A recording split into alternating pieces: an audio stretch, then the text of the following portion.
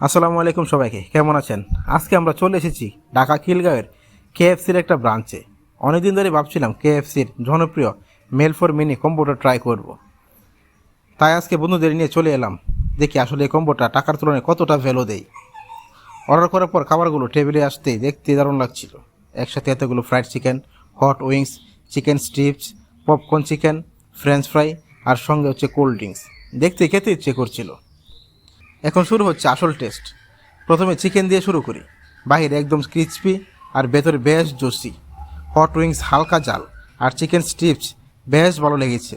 French fry আর cold drinks পুরো মিলটাকে আরও উপভোগ করে তুলেছে। আমার কাছে মেল ফর মিনি কম্বোটা বন্ধু বা পরিবারের সঙ্গে একসাথে বসে খাওয়ার জন্য বেশ ভালো একটা অপশন মনে হয়েছে। এটার প্রাইস নিয়েছিল 1200 টাকা। আমরা বিকাশে পেমেন্ট করি, তাই আমাদের হচ্ছে 1100 টাকা পড়েছিল, 100 টাকা ক্যাশব্যাক।